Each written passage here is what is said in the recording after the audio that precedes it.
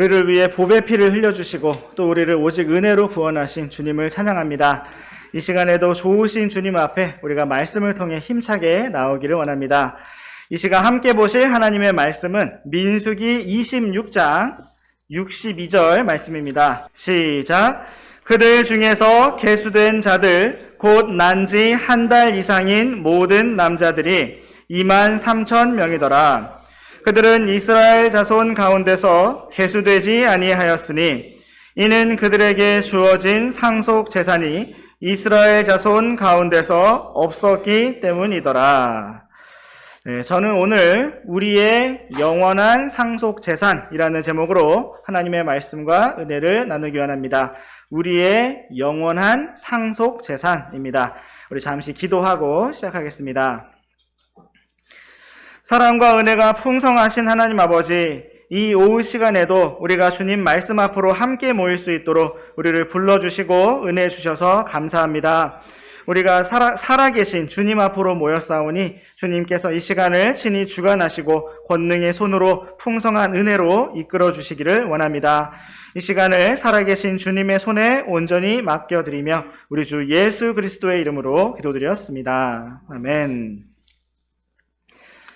네, 오늘 말씀의 제목은 우리의 영원한 상속 재산입니다. 하나님 없이 이 땅을 살아가는 세상 사람들과 하나님과 함께 이 땅을 살아가는 구원받은 성도들의 한 가지 차이점이 있다면 그것은 영원한 소망이 있느냐 없느냐의 차이라고 할 수가 있습니다. 하나님 없이 살아가는 이 세상 사람들은 이 땅에서 70년, 80년, 100년 동안 누리고 소유하는 것이 인생의 전부입니다. 그러나 우리 성도들에게는 이 땅에서 소유하고 누리는 것이 잠시 지나가는 것일 뿐이고 결국 아무것도 아니며 우리에게는 영원한 상속 재산에 대한 소망과 확신이 있습니다. 우리가 너무나 시끄럽고 또 바쁘고 복잡한 이 땅의 삶을 살아가면서 우리의 영원한 상속 재산과 하늘의 소망을 잊어버릴 때가 참 많이 있습니다. 그러나 우리가 오늘 이스라엘 자손들에게 약속된 상속 재산에 대해 살펴보면서 특별히 레위 사람들에게 약속된 상속 재산에 대해 살펴보면서 우리의 영원한 상속 재산을 새롭게 기억하고 하늘의 소망을 새롭게 가질 수 있기를 원합니다. 주님께서 이 시간을 주관하시고 친히 이끌어 주시기를 원합니다. 이제 우리 함께 민수기 26장 57절부터 59절까지 말씀 번갈아서 읽어보시겠습니다. 레위 사람들 중에서 계수된 자들은 그들의 가족대로 이러하니 게르손에게서 난 게르손 족속의 가족과 고핫에게서 난 고핫 족속의 가족과 무라리에게서 난 무라리 족속의 가족이니라. 레위 사람들의 가족들은 이러하니 림니 족속의 가족과 헤브론 족속의 가족과 말리 족속의 가족과 무시 족속의 가족과 고라 족속의 가족이니라.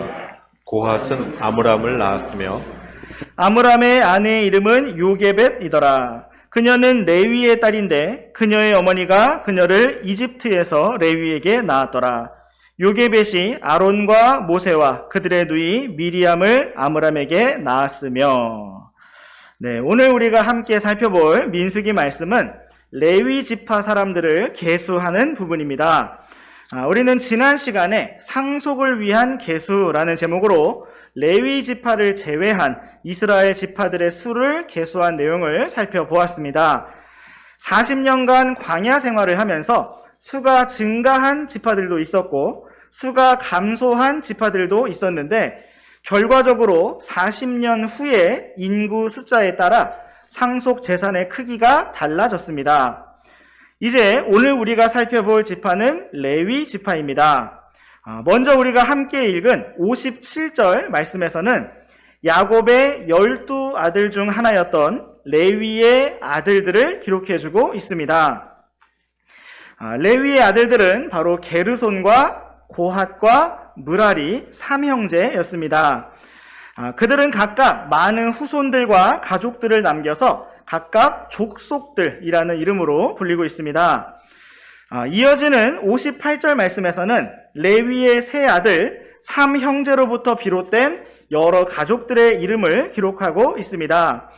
그 이름들을 훑어보시면 총 5가족이 언급되고 있는데 림니, 헤브론, 말리, 무시, 고라 족속의 가족입니다.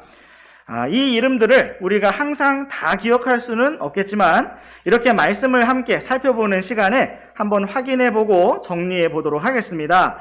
우리 잠시 여기 민수기 26장 말씀을 손가락으로 끼워두시고 민수기 3장 말씀으로 가셔서 왔다 갔다 하면서 이름들을 빠르게 확인해보도록 하겠습니다. 민수기 3장 19절부터 21절까지 말씀을 눈으로 함께 보시겠습니다. 먼저 우리가 민수기 26장 58절 말씀에서 가장 먼저 보았던 림니의 이름은 민수기 3장 21절 말씀에 등장하고 있습니다. 민수기 3장 21절 말씀에 림니의 이름이 등장한 것을 확인하셨습니까? 네. 레위의 세 아들 게르손, 고핫, 므라리 중에서 므라리의 아들이 바로 림니와 시므이였습니다. 다음으로 우리가 민수기 26장 58절 말씀에서 두 번째로 보았던 헤브론 족속의 이름은 민수기 3장 19절 말씀에서 등장하고 있습니다. 민수기 3장 19절 말씀에서 고핫의 아들들은 아므람과 이스라엘과 헤브론과 우시엘이라고 등장하고 있습니다. 레위의 세 아들 게르손, 고핫, 므라리 중에서 바로 고핫의 아들들 중에 헤브론이 등장하고 있습니다. 여기에서 아므람은 바로 모세의 아버지였고 이스할은 모세에게 반역을 하였던 고라의 아버지였습니다. 모세와 고라는 사촌 관계였고 또 헤브론은 모세와 고라의 삼촌이었습니다.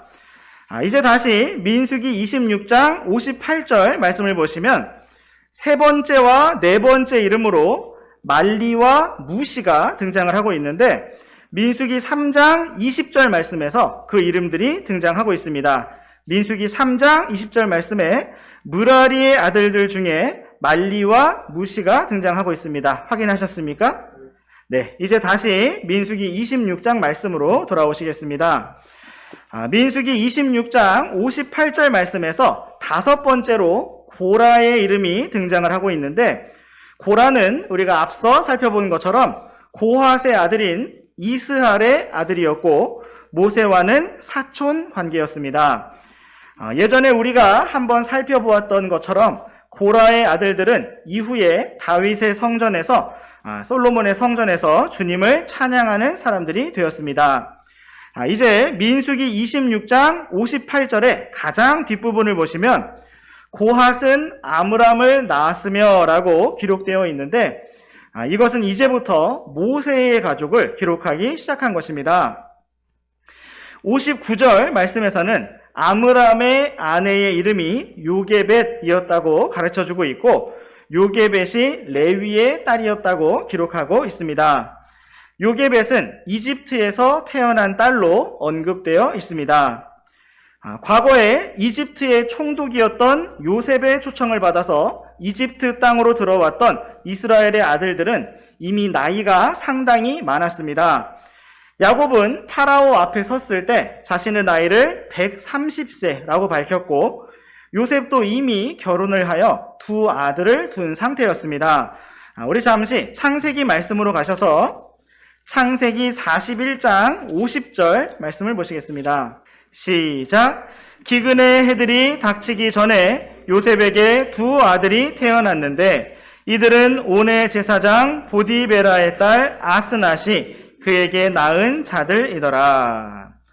네, 이 말씀과 같이 요셉은 이집트 땅에 아직 기근이 오기 전에 아버지 야곱과 다시 만나기 훨씬 전에 이미 결혼하여 두 아들을 둔 상태였습니다. 요셉과 베냐민은 이스라엘의 12아들들 중에서 가장 마지막에 태어난 막내들이었습니다.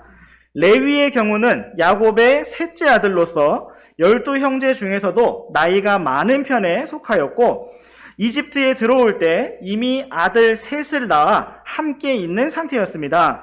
우리 함께 창세기 46장 말씀으로 가셔서 창세기 46장 8절 말씀을 먼저 보시겠습니다. 시작. 이집트로 들어간 이스라엘의 자손들 곧 야곱과 그의 아들들의 이름은 이러하니라. 야곱의 맏아들 르우벤과. 네, 이 말씀은 요셉의 초청을 받아 이집트 땅으로 들어갔던 이스라엘 자손들의 이름을 보여주고 있습니다. 가장 먼저 맏아들 르우벤이 등장하고 있고 이어지는 구절들에서 계속해서 가족들의 이름이 열거되고 있습니다. 이제 우리 함께 11절 말씀을 읽어보시겠습니다. 창세기 46장 11절 말씀입니다. 시작. 레위의 아들들인 게르손과 고핫과 무라리와. 네, 이 말씀과 같이 이스라엘의 가족들이 이집트 땅으로 처음 들어갈 때 이미 게르손과 고핫과 무라리가 있었습니다. 이 아들들의 정확한 나이는 알 수가 없지만 야곱의 넷째 아들이자 레위의 동생이었던 유다의 아들들이 이미 결혼하였었다는 다른 성경 구절들을 참조해 볼 때 이때 레위의 아들들도 나이가 상당히 들어 있었을 것으로 예상해 볼 수가 있습니다. 이제 다시 민수기 26장 말씀으로 돌아오셔서 59절 말씀을 다시 보시면 민수기 26장 59절 말씀 다시 보시면 레위의 딸 요게벳이 이집트에서 태어났음을 볼 수가 있습니다. 말하자면 이집트에서 늦둥이 딸이 태어났다는 것입니다. 정확한 나이는 다 알 수는 없지만 요게벳의 남편이 되었던 아므람, 바로 레위의 아들인 고핫의 아들이었던 아므람과 레위의 딸이었던 요게벳의 나이는 이때에 거의 비슷했을 것입니다. 촌수를 따져보자면 요게벳이 아므람의 이모가 되었을 것이지만 당시에 이스라엘 자손들은 가족 안에서 결혼을 하는 가족혼을 하고 있었기 때문에 이러한 결혼은 자연스러운 것이었습니다. 이스라엘 민족 안에서 가족혼이 금지되는 것은 모세의 율법이 주어진 이후부터였으므로 이스라엘 자손은 계속해서 이집트에 거하는 400년 동안 가족혼을 포함하여 이스라엘 민족 안에서 결혼하며 번성하게 되었습니다. 민수기 26장 59절 말씀에 기록되는 것처럼 아므람과 요게벳을 통하여 아론과 모세와 미리암이 태어나게 되었습니다. 특별히 모세는 파라오가 모든 남자아이를 죽이고 모두 멸하려고 하였던 위험한 순간에 태어났고 모세의 부모는 믿음으로 그를 숨겼습니다. 이러한 믿음의 부모님으로부터 믿음의 자녀가 태어났고 마침내 하나님의 사람이 세워지게 되었습니다. 우리 교회 안에서도 이러한 믿음의 자녀들, 믿음의 용사들이 더 많이 태어나고 자라나고 세워지기를 원합니다. 이제 우리와 함께 계속해서 민수기 26장 60절부터 62절까지 말씀 번갈아서 읽어보시겠습니다. 아론에게는 나답과 아비후와 엘르아살과 이다말이 태어났는데 나답과 아히비우는 이상한 불을 주 앞에 들이다가 죽었더라. 그들 중에서 계수된 자들 곧 난지 한 달 이상인 모든 남자들이 23,000명이더라. 그들은 이스라엘 자손 가운데서 계수되지 아니하였으니 이는 그들에게 주어진 상속 재산이 이스라엘 자손 가운데서 없었기 때문이더라. 네, 이 말씀은 대제사장 아론의 자손들을 보여주고 있습니다. 본래 아론에게는 4명의 아들들이 있었지만 첫째와 둘째인 나답과 아비후는 주님 앞에 이상한 다른 불을 들이다가 죽임을 당하게 되었습니다. 아론의 대제사장 직분은 셋째 아들인 엘르아살에게 이어졌습니다.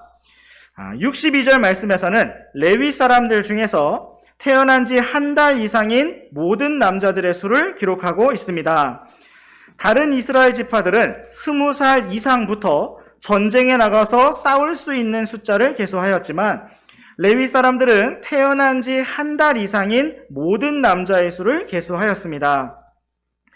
40년 전에 그들의 숫자는 22,000명이었지만 40년 후에는 1,000명이 늘어나 23,000명이 되었습니다. 이처럼 레위 사람들의 숫자를 따로 세기는 하였지만 성경은 이들의 숫자가 이스라엘 자손 가운데서 계수되지 아니하였고 그들 안에 포함되지 않았다고 말씀하고 있습니다. 그 이유는 그들에게 주어진 상속 재산이 이스라엘 자손 가운데 없었기 때문이었습니다. 오늘 우리는 이 말씀과 더불어 레위 지파의 상속 재산에 대해 생각해 보고자 합니다. 이때 이스라엘 민족은 약속의 땅 가나안을 향하여 나아가고 있었습니다. 그런데 레위 지파에게는 이스라엘 자손 가운데서 상속 재산이 없다고 말씀하고 있습니다. 그렇다면 레위 지파는 무엇을 위해서 이스라엘 민족 안에서 동행을 하고 있으며 약속의 땅까지 같이 들어가려고 하였을까요? 우리 함께 민수기 18장 21절 말씀을 보시겠습니다. 시작. 보라, 레위 자손이 섬기는 일, 곧 회중의 성막에서 섬기는 일로 인해 내가 이스라엘 안에서 거두는 모든 10분의 1을 그들에게 상속 재산으로 주었느니라. 네, 여기에서 우리는 레위 자손에게 주어진 특별한 상속 재산을 볼 수가 있습니다. 레위 사람들에게는 농사를 지을 수 있는 땅이 주어지지 않았고 오직 성막에서 섬기는 일과 이스라엘 자손이 하나님께 드리는 11조가 상속 재산으로 주어졌습니다. 이스라엘 자손이 농사를 지은 후에 가져오는 모든 첫 열매들과 가축의 첫 번째 새끼들과 하나님께 드리는 여러 헌물들이 제사장들과 레위 사람들의 몫으로 그들의 상속 재산으로 주어지게 되었습니다. 이처럼 레위 사람들은 오직 주님을 섬기고 성막에서 섬기는 일을 하기 위해서 이스라엘 자손과 동행하고 있었습니다. 그렇다면 레위 사람들은 약속의 땅에 들어가게 되었을 때 어디에 집을 짓고 살게 되었을까요? 우리 함께 민수기 35장 말씀으로 가셔서 민수기 35장 6절부터 8절까지 말씀 번갈아서 읽어보시겠습니다. 너희가 레위 사람들에게 줄 도시들 가운데는 사람을 죽인 자를 위해 너희가 지정할 6개 도피 도시가 있어야 하리니 이것은 그가 거기로 도피하게 하려 함이라. 또 너희는 그 도시들에다 42개 도시를 더할지니라.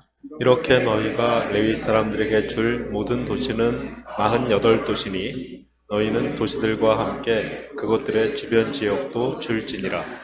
너희가 이스라엘 자손의 소유에서 취해 도시들을 줄 때에 많이 가진 자들에게서는 많이 취해 주고 적게 가진 자들에게서는 적게 취해 줄지니 각 사람은 자기가 상속받는 상속 재산에 따라 자기 도시들 중에서 레위 사람들에게 줄지니라.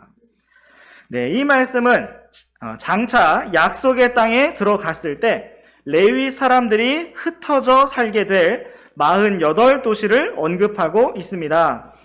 6절 말씀에서는 레위 사람들이 거주하는 6개의 도피 도시에 대해서 기록하고 있습니다. 도피 도시는 의도하지 않은 사고로 실수로 사람을 죽게 만든 사람이 피해 복수자를 피하여 도망할 수 있는 안전한 장소였습니다. 그는 대제사장이 죽을 때까지 도피 도시 안에서 살다가 대제사장의 죽음 이후에 완전히 자유롭게 되어 자기 집으로 돌아갈 수가 있었습니다. 이것은 바로 십자가의 죽음을 통하여 우리에게 완전한 자유를 주신 대제사장 예수 그리스도를 미리 보여주는 구약의 그림자였습니다. 레위 사람들은 각각 이스라엘 지파들이 상속 재산으로 분배받은 땅에서 그들이 내어준 도시에 거할 수가 있었습니다. 이것이 바로 그들에게 주어진 상속 재산이었습니다. 레위 사람들은 먹고 사는 문제나 그들이 거할 장소에 있어서 전적으로 하나님께 의존되어 있었습니다. 물론 모든 이스라엘 자손과 온 세상 모든 사람들의 생명과 존재가 하나님께 전적으로 의존되어 있습니다. 그럼에도 불구하고 다른 이스라엘 자손들은 자신들에게 주어진 상속 재산의 땅 안에서 열심히 일하고 농사를 짓고 또 가축을 길러서 심은 대로 거두며 먹을 것을 마련할 수가 있었고, 거할 땅이 부족하다면 더욱 많은 곳으로 퍼져나가서 산을 베어내거나 땅을 일구거나 다른 민족의 도시들을 더 정복할 수도 있었습니다. 그러나 레위 사람들에게는 시간적으로, 공간적으로, 또 율법적으로 그러한 활동이 제한되어 있었고 그들은 오직 성막에서 주님을 섬기는 자들로 분류되어 있었습니다. 또한 우리 함께 신명기 말씀으로 가셔서 신명기 14장 27절부터 29절까지 말씀을 보시겠습니다. 내 성문들 안에 있는 레위 사람은 너와 함께 나누는 몫이나 상속 재산이 없으니 너는 그를 저버리지 말지니라. 3년이 끝날 때 너는 바로 그 해에 거둔 내 소출의 11조를 모두 가져다가 내 성문들 안에 저장하여 너와 함께 나누는 몫이나 상속 재산이 없는 레위 사람과 내 성문들 안에 있는 나그네와 아버지 없는 자와 과부가 와서 먹고 배부르게 할지니라. 그러면 주 내 하나님께서 내가 행하는 내 손의 모든 일에 내게 복을 주시리라. 네, 여기에서 레위 사람들은 이스라엘의 각 지파 사람들이 돌봐주고 구제해 주어야 하는 사람들로 여겨지고 있습니다.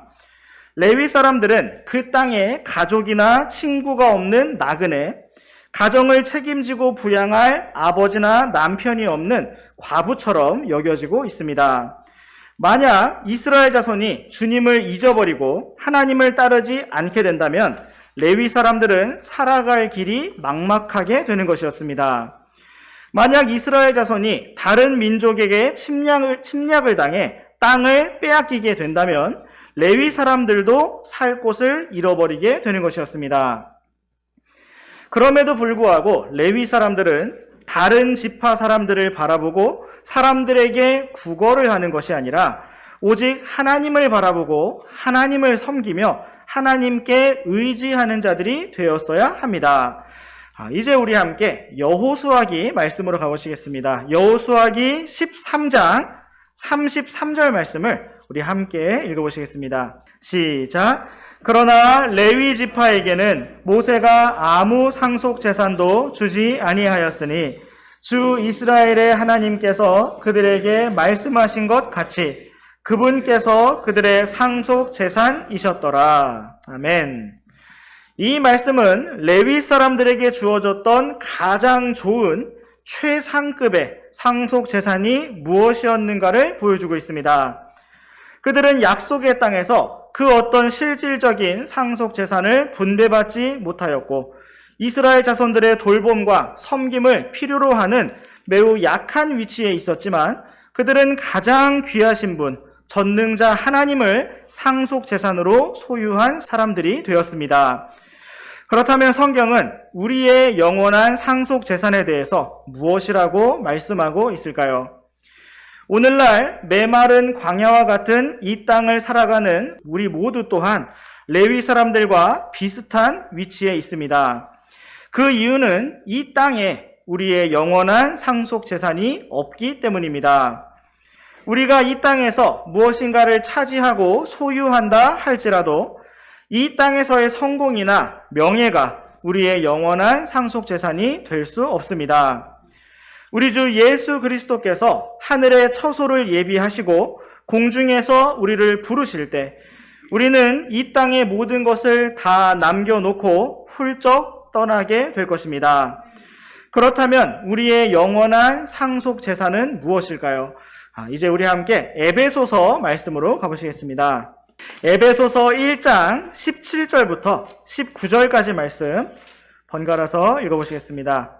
우리 주 예수 그리스도의 하나님 곧 영광의 아버지께서 지혜와 계시의 영을 너희에게 주사 하나님을 알게 하시고 너희의 지각의 눈을 밝히사 그분의 부르심의 소망이 무엇이며 성도들 안에 있는 그분의 상속 유업의 영광의 풍성함이 무엇인지 또 그분의 강력한 권능의 활동에 따라 믿는 우리에게 주어진 그분의 권능의 지극히 크심이 무엇인지 너희가 알게 하시기를 구하노라. 아멘. 이 말씀은 에베소 성도들을 위한 사도 바울의 기도를 담고 있습니다. 사도 바울은 이러한 모든 것을 알고 깨닫는 것이 단지 많은 설명이나 많은 지식이나 공부로 되는 것이 아니기 때문에 하나님께서 친히 지혜와 계시의 영을 주셔서 알게 해주시라고 기도하였습니다. 특별히 우리는 18절 말씀에서 성도들 안에 있는 그분의 상속유업의 영광의 풍성함이 무엇인지 알게 해주시라는 기도를 볼 수가 있습니다. 하나님께서 우리에게 주신 상속유업의 영광의 풍성함이 이미 성도들 안에 있는 것이라고 말씀하고 있습니다. 그렇다면 이미 우리들 안에 있는, 우리가 이미 소유하고 있는 상속유업의 영광의 풍성함이란 무엇일까요? 우리 함께 골로새서 말씀으로 가보시겠습니다. 골로새서 1장 27절 말씀입니다. 시작. 하나님께서는 이방인들 가운데서 이 신비의 영광의 풍성함이 무엇인지 자신의 성도들에게 알리려 하시는데 이 신비는 너희 안에 계신 그리스도 곧 영광의 소망이시니라. 아멘. 성경에서 보여주시는 우리 안에 계신 신비, 성도들 안에 있는 상속유업의 영광의 풍성함은 바로 영광의 소망이시며 하나님의 권능이신 주 예수 그리스도 주님 자신이십니다. 하나님께서 세상을 이처럼 사랑하셔서 우리에게 주신 사랑의 선물은 바로 독생자 예수 그리스도 주님 자신이십니다. 뿐만 아니라 우리는 주님께서 다시 오실 때 영광스럽게 변화된 몸을 입게 될 것입니다. 더 이상 아픔도 고통도 늙음도 없는, 죽음도 없고 썩음도 없는 부활 생명의 몸을 입게 될 것입니다. 또한 우리는 주님께서 다시 오실 때 주님과 함께 천년 왕국에서 통치할 것이고 영원 무궁토록 새 예루살렘에서 주님과 함께 통치할 것입니다. 우리가 오늘 우리에게 약속된 우리의 영원한 상속 재산이 얼마나 놀랍고 영광스럽고 확실한 것인지 생생하게 알 수 있다면 우리는 이 땅에 속한 많은 것들로부터 자유롭게 되고 이 땅의 많은 일들을 향하여 담대하게 될 것이며 이 땅의 많은 일들에 연연하지 않게 될 것입니다.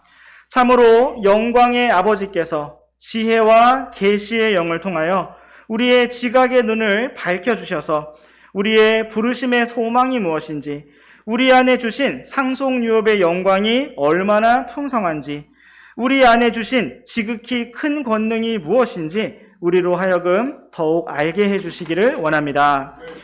오늘 우리는 우리의 영원한 상속재산이라는 제목으로 하나님의 말씀을 살펴보았습니다.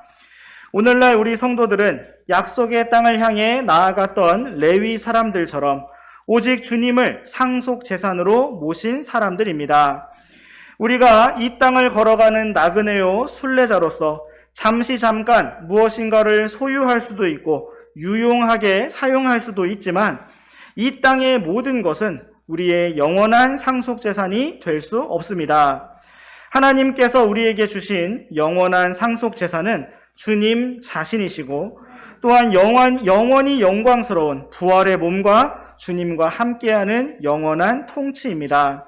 참으로 우리가 이러한 주님의 약속들을 더욱 생생하게 알기를 원하고 하늘의 본향을 향해서 더욱 자유롭고 힘차게 전진하며 나아가기를 원합니다. 기도하시겠습니다.